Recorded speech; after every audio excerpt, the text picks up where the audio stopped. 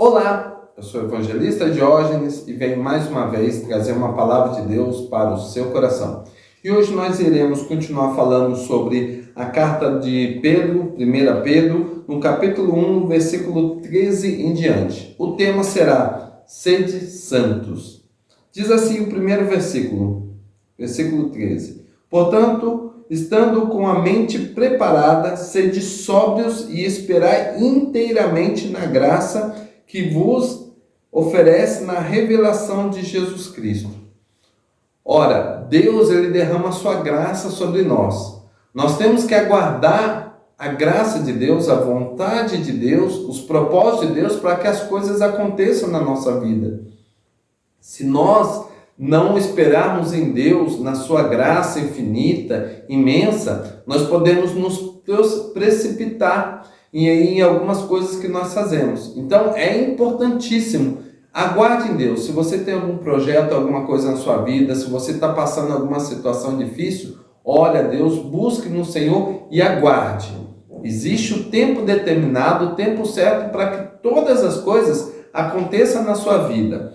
O versículo 14 diz assim: como filhos obedientes, não vos conformeis com as concupiscências que antes tínhamos na vossa ignorância. Sabe quando a gente era do mundo ou quando a gente não conhecia Deus? Nós tínhamos um procedimento, uma forma de pensar e de agir. Precipitado, achava que a gente resolvia tudo, que tudo era da nossa maneira de ser. Mas a palavra de Deus diz, aqui o apóstolo Pedro, falando como filhos obedientes, devemos esperar em Deus, e não da mesma maneira que era antigamente, mas de uma maneira nova. A Bíblia fala sobre a renovação da nossa mente, ou seja, uma mente cristã é uma mente diferente, que pensa primeiramente na vontade de Deus, como agradar a Deus, como agradar o nosso próximo, uma mente de um coração humilde, contrito, quebrantado, uma pessoa que pensa antes de falar, que antes de tomar uma decisão, ora, espera em Deus no momento certo, para que as coisas aconteçam no momento e na hora adequada. Diz assim o versículo 15: antes, porém, como é santo aquele que vos chamou, sede vós também santos em todo o vosso procedimento.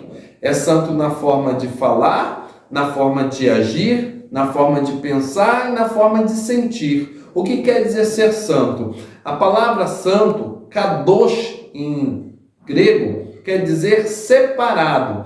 Então, para eu me santificar, para eu ser santo, assim como Deus é santo, eu tenho primeiramente me afastar das coisas ruins, das coisas do mundo, das concupiscências da natureza carnal, adâmica que nós herdamos desde lá do Éden após a queda, e temos que nos apegar a Deus, buscar as coisas de Deus, buscar o que é honesto, o que é reto, o que o Senhor pede para que façamos de uma forma justa. Por isso, ser santo é muito mais do que apenas deixar de fazer coisas erradas, é se apegar ao bem, às coisas boas, buscar a Deus de todo intento, de todo o coração, de toda a sua maneira de ser. Por isso que tem que ser pensamentos bons, pensar coisas positivas, meditar na palavra de Deus, refletir sobre ela dia após dia, na sua palavra. Não pode sair da sua boca palavras boas e ruins. Da mesma fonte não tem como ter água doce e salgada, ou é água doce ou é salgada. Convém que os nossos lábios proclamem a glória de Deus.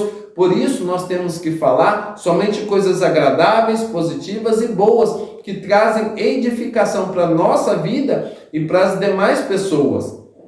E também na nossa forma de agir. A nossa conduta cristã tem que ser digna de um servo e filho de Deus. Será que a atitude que nós estamos tendo, ela condiz com o cristão, condiz com a Bíblia, com o que as Escrituras nos falam para que apliquemos no nosso cotidiano, no dia a dia? Então, nossa conduta, forma de agir, sermos honestos, sermos bons, pacificadores, sermos humildes também, temos um coração bom, ajudar as pessoas, praticar a hospitalidade, a caridade, que tanto a Bíblia nos fala, ter frutos dignos de arrependimento, são boas obras, que o Senhor possa aperfeiçoar em nossas vidas. Isso faz parte da santificação.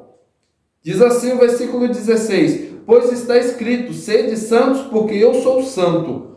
Ora, se Deus é santo e a Bíblia diz que devemos ser imitadores de Deus, como filhos amados, então nós devemos ser santos, santificados, separados para a boa obra do Senhor, separados para fazer a vontade de Deus. E todo aquele que é separado para fazer o que Deus pede, o que Deus quer, ele não pode se envolver em coisas deste mundo, nas concupiscências, nas coisas carnais que atrapalham a obra de Deus, que o desvia da verdade, do caminho da palavra do Senhor. Então devemos imitar o Senhor sim, ser santo, porque o nosso Deus é santo. E Ele requer santidade do seu povo, da sua igreja, da sua noiva. Então devemos praticar sempre a santificação. E sabendo que a santificação não é algo que eu tenho ou não tenho, é algo que é desenvolvido. Assim como a salvação é desenvolvida, a santificação também é um processo. Ninguém é santo e perfeito, somente Deus é perfeito em si, tem a plenitude da perfeição, mas nós estamos vivendo um processo de santificação.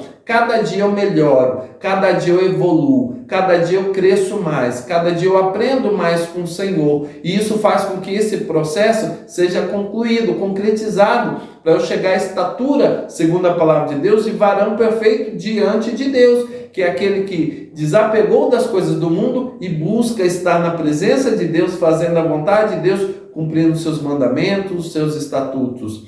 Isto é se santificar. E diz assim o versículo 17: Ora, se invocais por Pai aquele que sem acepção de pessoas julga segundo a obra de cada um, andai em temor durante o tempo da vossa peregrinação.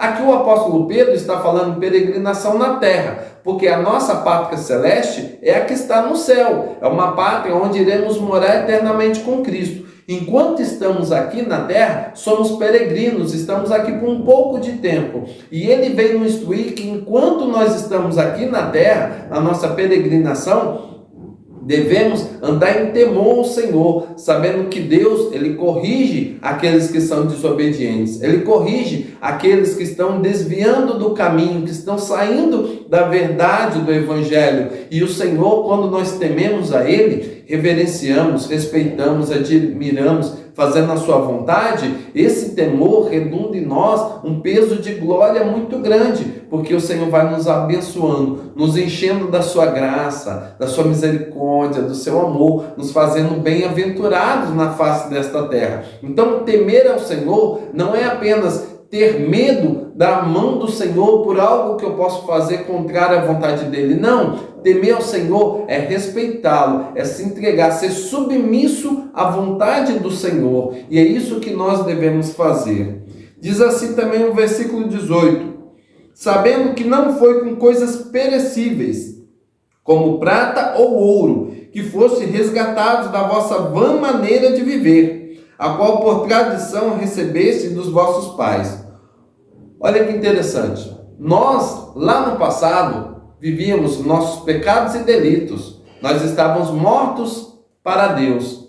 Mas o Senhor nos vivificou. Ele nos comprou com preço precioso de sangue. Não foi com ouro ou com prata, coisas que o ser humano valoriza, mas foi com algo muito mais valioso, né? Através do sangue triunfante de Jesus Cristo, ali na cruz do Calvário, ele nos resgatou. E não há nada mais valioso que isso. Esse sangue de Jesus, que uma vez ele derramou por nós, serve para perdoar todos os nossos pecados e nos ajudar no processo da santificação. Sem o sangue de Jesus, eu não consigo ser santificado, porque é o sangue dele que vai remir os meus pecados, vai tirar os meus pecados, vai cobrir multidão de pecados, segundo a palavra de Deus. E eu preciso ser limpo, purificado, para poder me santificar diante do Eterno.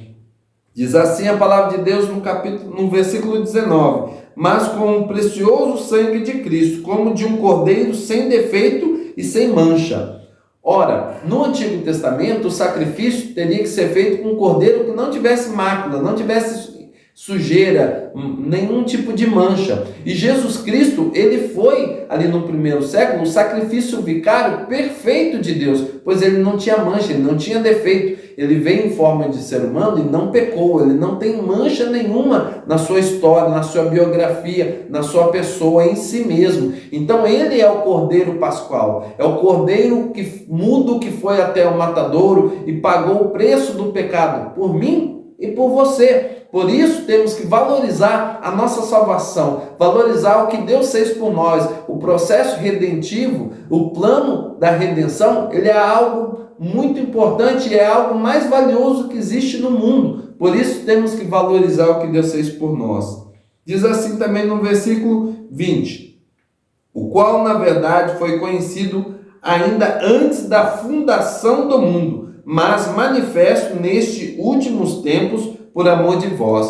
Olha que interessante, se nós olharmos no Antigo Testamento, nós não vamos enxergar a igreja. No Antigo Testamento nós não conseguimos ver em nenhum versículo o Senhor falando deste novo povo comprado com sangue, com preço, através de um sacrifício que viria a acontecer no futuro. Porém, esse projeto ele já está determinado e decretado por Deus desde antes da fundação do mundo, segundo as Escrituras. E ninguém pode revogar um decreto de Deus. Ele se cumpre na íntegra e se cumpriu. Jesus veio em forma de homem, sofreu, padeceu, morreu por nós para nos resgatar, para que através dele tivéssemos o que? Uma nova vida, uma vida santificada, assim como ele é santo. O versículo 21 diz assim, que por ele credes em Deus, que o ressuscitou dentre os mortos e lhe deu glória, para que a vossa fé e esperança estivessem em Deus. Olha que importante. Como antes nós estávamos distante de Deus, não éramos povo de Deus, agora com Jesus Cristo, através do seu sacrifício, ele nos aproximou de Deus. E agora fazemos parte da família de Deus. É uma família cristã, onde todos têm acesso direto a Deus, temos fé e esperança no Senhor, porque agora nós estamos próximos de Deus, fazemos parte da eleição, somos chamados e co-herdeiro e cidadãos dos céus. Se somos co-herdeiro com Cristo, participamos das promessas que Deus deu desde a primeira aliança ao pai Abraão, a cada um de nós, que nele todas as famílias seriam benditas na terra. E nós estamos vivendo presentemente esta promessa de Deus em nossas vidas, porque fazemos parte do corpo de Cristo. Diz assim o versículo 22, tendo purificado a vossa vida na obediência à verdade, que leva ao amor fraternal, não fingido. Amai-vos ardentemente uns aos outros de coração. Olha que interessante. Como que nós podemos purificar nossa alma, nossa vida? Através da palavra de Deus. É a palavra de Deus em nós, enxertada em nossos corações, que vai nos purificando, tirando as mazelas, as máculas, as sujeiras, as manchas, as coisas ruins, e nos purificando, nos transformando, nos regenerando para Ele, para que tenhamos uma viva esperança. E essa esperança está em Deus. Por isso, Ele nos determina, nos ordena que amemos uns aos outros, não com amor fingido, mas de todo o coração, fazendo a obra a Deus, porque isso é da vontade de Deus. Versículo 23 diz assim, tendo sido regenerados, não de semente corruptível, mas de incorruptível, pela palavra de Deus, a qual vive e é permanente. Olha que interessante, a palavra de Deus, a Bíblia diz que tudo pode passar, menos a palavra de Deus. E essa palavra ela é viva, ou seja, ela tem um poder eficaz na minha e na sua vida. E jamais ela vai ser lançada e voltará para Deus sem atingir o objetivo a qual o Senhor determinou. Por isso, esta palavra que é viva e penetrante, que penetra em juntas e medulas, que chega na alma do ser humano, ela produz um efeito eficaz, aonde é plantado a semente. E essa semente, segundo a Escritura, aqui Pedro falando, ela é uma semente incorruptível, que não pode ser mudada, não pode ser manchada, porque ela não tem participação do homem. Ela é uma semente vinda direto de Deus para o coração do homem. E tudo que vem direto de Deus não tem mancha, não tem mácula, não tem como se corromper, se denegrir, não tem como ser alterado, não tem variação. Então essa semente, ela é santa, ela é perfeita, ela é incorruptível e ela vai direto no coração do homem para produzir o efeito segundo a vontade do Senhor. E é isso que a palavra está nos dizendo.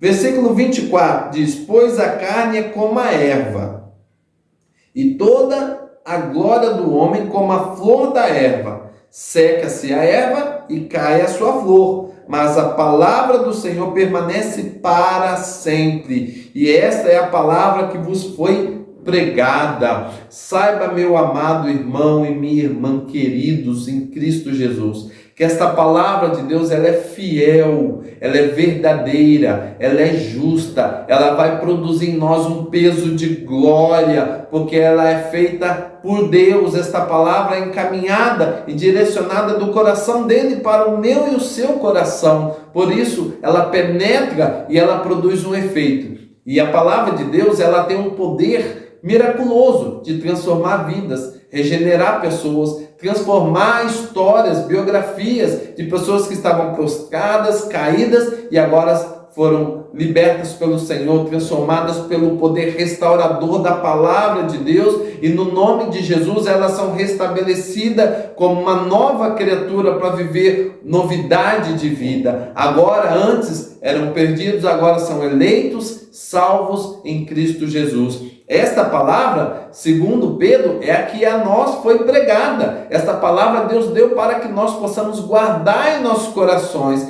E a palavra de Deus diz que a palavra dele é lâmpada para os nossos caminhos. Então, a palavra do Senhor ilumina todo o nosso percurso, a nossa jornada, a nossa história, o nosso caminho. Então, creia na palavra de Deus, pois ela é fiel e verdadeira. Creia também no Senhor, porque Ele, somente Ele, pode mudar a nossa história, a nossa vida. Se nós andarmos segundo os procedimentos do Senhor, segundo os seus mandamentos, estatutos e juízos, nós seremos bem-aventurados na face desta terra.